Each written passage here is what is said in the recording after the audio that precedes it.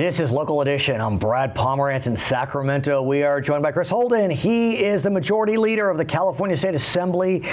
And sir, it's odd, but over on the Hill, a bunch of bipartisanship is breaking out. I don't know what's going on there, but somehow, some way, Democrats and Republicans got together and passed what's known as the MCO tax. Right. Give us a bit of background as to why we needed this tax, managed care organization tax, passed. Well, I think a couple of things. One, it was where we needed to step up and make sure that we were going to receive this grant from the federal government. If we did not do that, then we would have approximately a $1.3 billion hole in our budget. Right. And as I understand it, if I may, the federal government said that in order for California to receive this $1.1 billion, they needed to impose a tax on all healthcare companies, not just companies that covered Medi-Cal. That's correct. And as a result of that, though, it actually became sort of a tax reduction for across the board for the providers. So as you look at the way that the structure was set up, as this plays out long term, it will actually be a reduction. So let's talk about that. You know, sure, we all love to have our taxes decreased, be it individuals or corporations. But, you know, one could argue that the healthcare organizations are rolling in it. Their profits are soaring and our premiums are going up. True. Do they really need to receive a tax cut of $100 million? Well, I think as it turned out, this is what you would call a win-win situation. It's a win for the providers. It's also a win for the clients, so that the Medi-Cal system would still be providing resources at a substantive level to support the needs of the working class families in our state. Is there any obligation that they pass off this $100 million as a savings to the premium payer? Well, I think at the end of the day, when you see the fact that we were able to receive the money from the federal government, that means services will be met and at a higher level. And so I think that, as I say, it will be a win-win across the board. But is the third winner also the consumer? The consumer will be a beneficiary in this as well. So let's talk about the ability of the legislature to get all the votes it needed, because it needed a 2/3 vote, which meant you needed at least one GOP senator, you needed at least 3 GOP assemblymen. I'll talk about your body, because you are the majority leader. You're whipping up those votes, and you needed 3 Republicans. You got 11. You know, a lot of credit goes to the minority leader, Chad Mays. I think he and his leadership of his caucus did a great job in terms of working together, understanding the importance of moving this, passing this measure along. And you know, I think that they recognize that, and they had a lot of organizations that would traditionally be against what would be considered a tax increase, supporting or neutral on the bill. The Cal Chamber came out in support. Howard Jarvis came out neutral.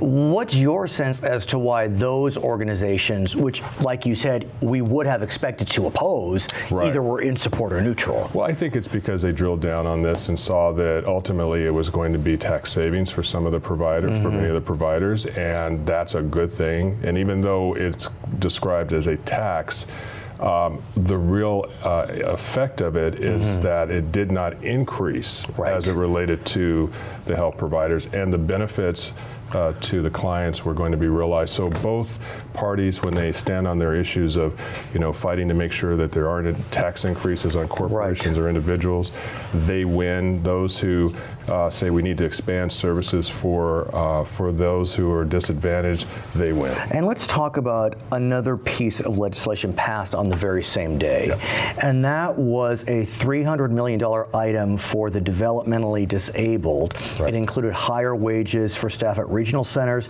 increased money to support independent living programs. Your friends on the Republican side of the Assembly were really, one of their critical issues was enough money for certain nursing facilities that were going to be phased out. So why was it that, or was there a linkage?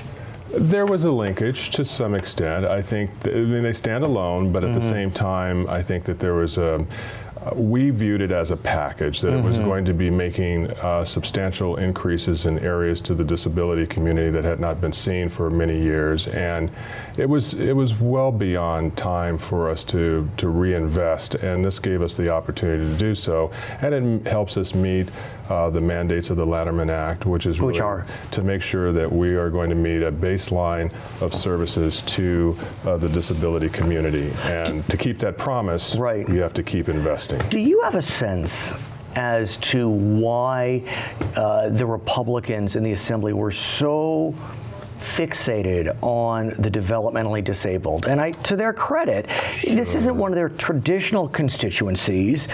And they fought mightily for this $120 million, as I said, for certain nursing facilities that saw cuts. I guess they were passed 5 years ago, not that they were upcoming. Right.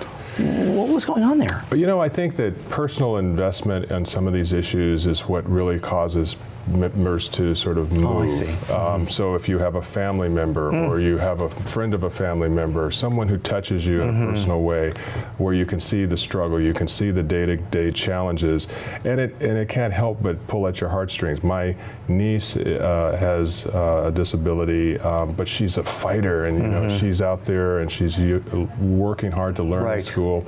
And so you want to make sure that they need more, and you want to make sure that they have what they need so they can have as healthy and balanced and productive a life as possible. Look, it makes sense in some ways, but if I were doing a paper on this day in the Capitol, I would not have predicted the paper would include that our friends, your friends in the Republican Party, would be so strong behind this constituency, taking nothing away from the Republicans. I'm a nonpartisan, I'm a journalist. It's just, you got to admit, it's a little surprising. Well, maybe it's also a harbinger of things to come. I mean, maybe it's an indication that we have to invest. We can't just cut. I mean, it's just we get to the place where we have those who are in most need are the ones that will suffer the most. And so we have to make sure we're continuing to invest in health and human services, in education, and we have to do that in infrastructure. And if we don't do that, then it starts to crumble down around us. Let me ask you as well about another proposal passed that day. It dealt with debt. I guess $240 million was set aside to pay off liabilities for retiree health care for public workers, pay back a transportation loan.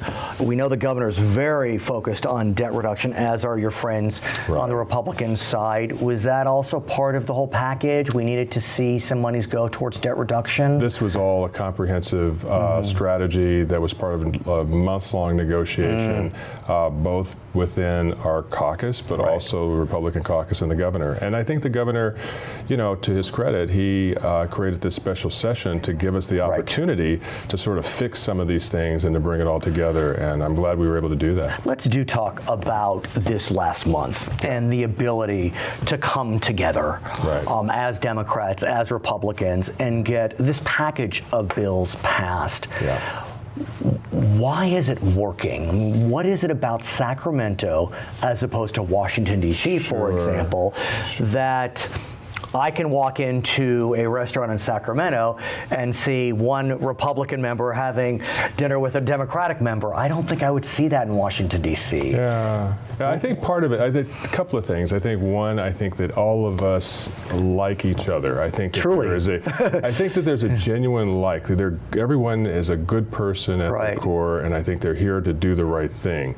Separate and apart from that, I just think that our districts, under the redistricting plan that led us into this new era of term limits, that you have members who come from different kind of districts. They're not all hardline blue or hardline red. So you have constituents that you have to pay attention to that might have a little bit different point of view, and sort of in some instances moves people more towards the middle. And it's to the benefit of California. I mean, we are getting important matters handled. We could have lost over $1 billion, but the parties got together. Congratulations. Thank you. And it's spread around to a lot of people. Of course. He is the majority leader of the California Assembly. His name is Chris Holden. I'm Brad Pomerance in Sacramento. This is Local Edition.